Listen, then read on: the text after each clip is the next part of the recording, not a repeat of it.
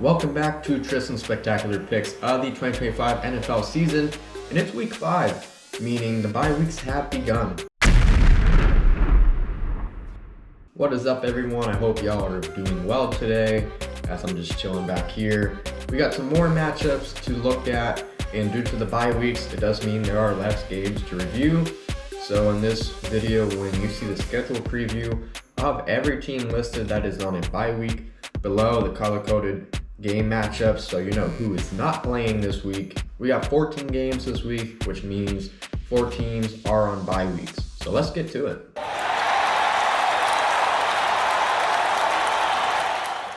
Back-to-back weeks, we open up Thursday Night Football with a divisional matchup out of the NFC West.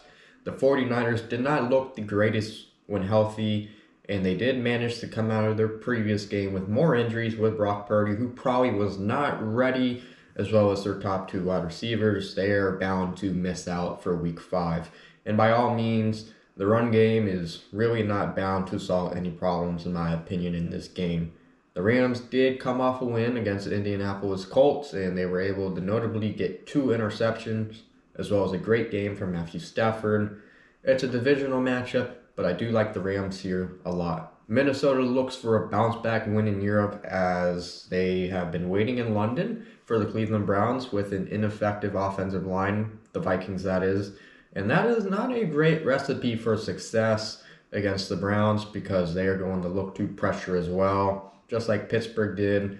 And it will also be the debut of Dylan Gabriel, as Joe Flacco has been benched, and they've just had some problems scoring offensively, so this is an attempt to spark something here.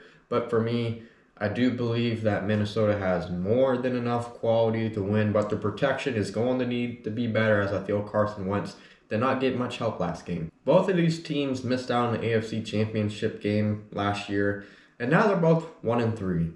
And we already mentioned how banged up Houston is, but they did have their best game of the year, shutting out the Titans with ease. And on the other hand, the Ravens just got lit up, and they also lost their quarterback, Lamar Jackson, meaning we will see Cooper Rush.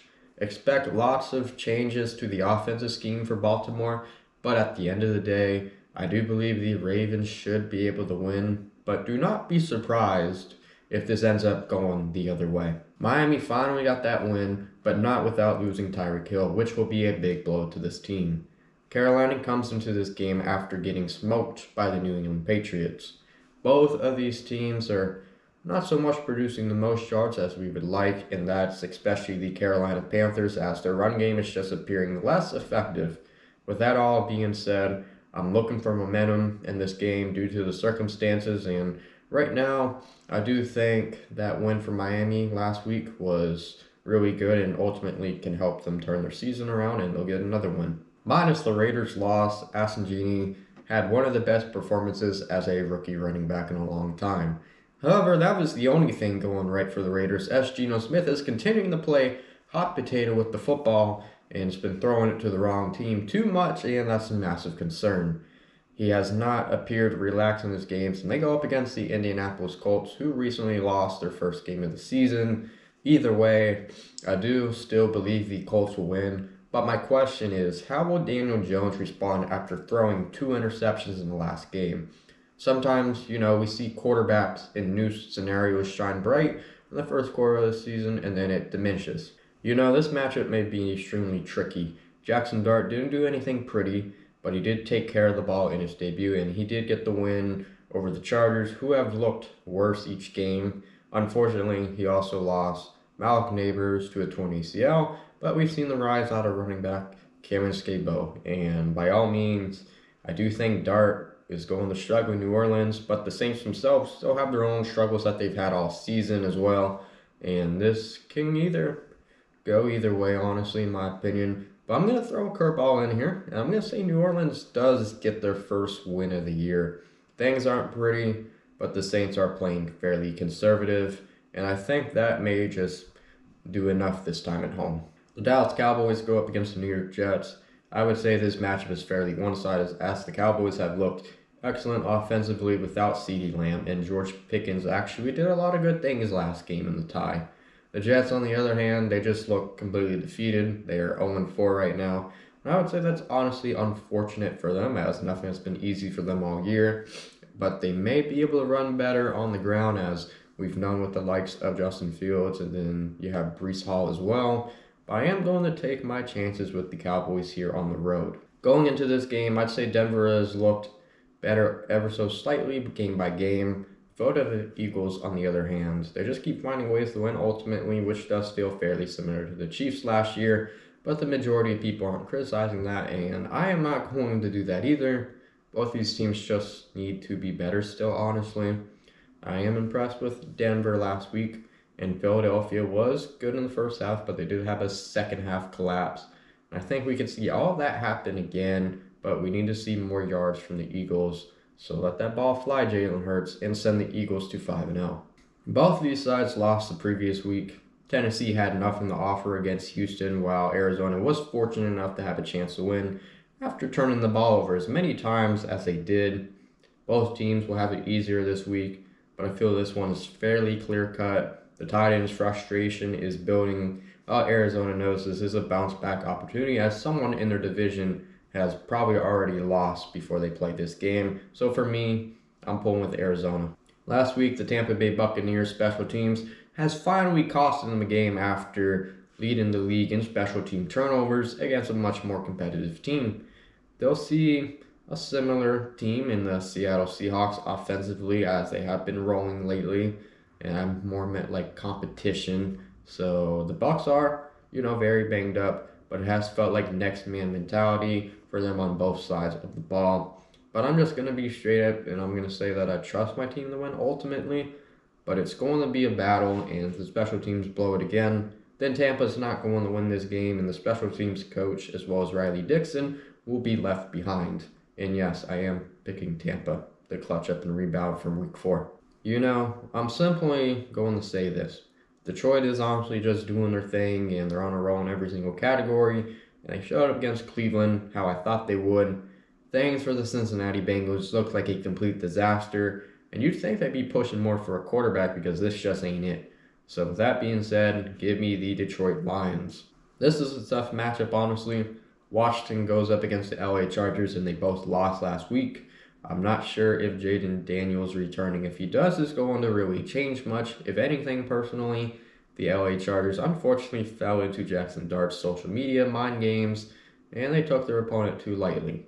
This is the week to turn that around, as the Chargers still could have won based on the stats, and they probably should have too, so I am expecting a rebound win for the Chargers. It's a divisional matchup for Sunday Night Football between the Patriots and Bills. We know the Patriots are improving, but they did do a lot of great things last week especially. However, they have shown tons of inconsistency game by game throughout the season. I do feel we're going to see that again under the lights against the Buffalo Bills. They're just taking things game by game, and they're winning all the games and doing what you got to do. I have nothing really too much to say here, so I am going to pick the Buffalo Bills with all this being said. Monday Night Football has an interesting matchup. The Chiefs are up against the Jaguars, and I believe this is going to be a complete wild game. And what it's going to come down to is last week we saw the Chiefs have a field day against the Ravens, as Mahomes notably had 4 touchdowns, and he did a lot of good things. And the run, we saw Xavier Worthy get used in different ways, but the run, however, is not very effective still. Things are going to be much harder for Kansas City this game, but Jacksonville, to me, has allowed too many yards time and time again for my liking. However, they have unlimited options offensively, as Travis Etienne Jr. notably has looked like the player we once knew, which makes me happy personally. They're also getting better offensively, but they are going up against a tough defensive front in Kansas City. And I keep all of these things in mind. I'm sorry, Jacksonville, but I have to go with the Kansas City Chiefs here after I've picked the Jags a lot this season. So I'm not sleeping on you. For my tie-breaking score, which is the scoreline between the Chiefs and Jags, is, as mentioned, a close game. The scoreline is 28-24 in favor of Kansas City, so that is 52 points. And I'm not going to be the one to ultimately decide if this goes to overtime, though. Now we're going to look at the Eliminator Challenge, and Entry 2 and Entry 3 have survived. So now we're going to go again. I'll be picking 2 different teams for this one, and as we go on throughout the season, It will get difficult at times, especially when we start using more and more teams. For entry 2, my team of choice is the Detroit Lions, who were used last week in entry 3. Once again, I don't have any concern with Detroit and how good they've been since week 2, and that is mainly due to how good their offense have been. And they're going up against the Cincinnati Bengals, who look very lost right now. I don't see much hope for them. And looking at entry 3, I had 2 options. If I had to be honest, it came down to quality here. I've used this team in entry 1 before, and I have the LA Rams being used for this entry. I just believe they're much better than what the 49ers will offer in this game coming up. The good or bad news is this is the first game, so we're going to see if this becomes reality or not. But I have nothing to question about the Rams, unlike the 49ers, who will 100% have issues producing offense, even though it is a divisional matchup, so you got to be careful. Looking at the league and comparing how we all did, Tristan wins back-to-back weeks. But honestly, that dumb tie, I had a feeling it was going to happen this week. I went 11-5 ultimately. But overall, everyone stayed grouped up. And my best friend Max would be on the bottom, finishing last, so he's in shambles right now. That also means there is a shift in the league standings. I am starting to pull away, but Zach does get better and better at this throughout the season. And he leads a 4-car pack, and those are probably all Dale and Herb senior cars in that pack. In the back, we got some others that are falling behind or just not voting overall. But everyone has to chase me down, and I like it that way. Now we're going to look at how everyone did. And a lot of votes honestly went a lot of different ways compared to any other week. This week, we did have our worst performance as a group when it came to 100% accuracy, only getting 5 of the 16 games correct. And these were the ones that honestly felt pretty obvious, minus Thursday Night Football. And on the other side of things, I'd argue when it comes to 0% accuracy, this was our second best performance, which did feature that tie between Green Bay and Dallas when comparing how we've done all year to week 2, where we only went 2 games when it was 0%. And I'd say the first one was a shocking one, while the other, we all picked Baltimore. And the tie is, just very much unfortunate. Now let's see what Tristan has to say about his week 4 sayings. With all that being accounted for, yet playing in an unknown atmosphere, even though the Scandinavians very well may take over. That did not happen at all. There's lots of yellow towels everywhere. It just seems really fitting. And this one's going to be a nail biter, but I am. This one was actually not a nail biter. I didn't think they would score this much. Offense, even though the points really aren't showing it right now. But I do believe the Rams will be happy to be back at home and get a win. Someone is bound to be 1-3 after this game. Starting to really believe Baltimore's having a lot of problems defensively on scoring. So something to look at. The Kansas City Chiefs, they're just continuing to have the same. Thanks for watching, everyone. The bye weeks should help these videos stay a tad shorter this time around. And those will also throw some tricks into predicting once we get into week 6 and beyond. Hope you enjoyed, and I look forward to seeing you soon. Take care.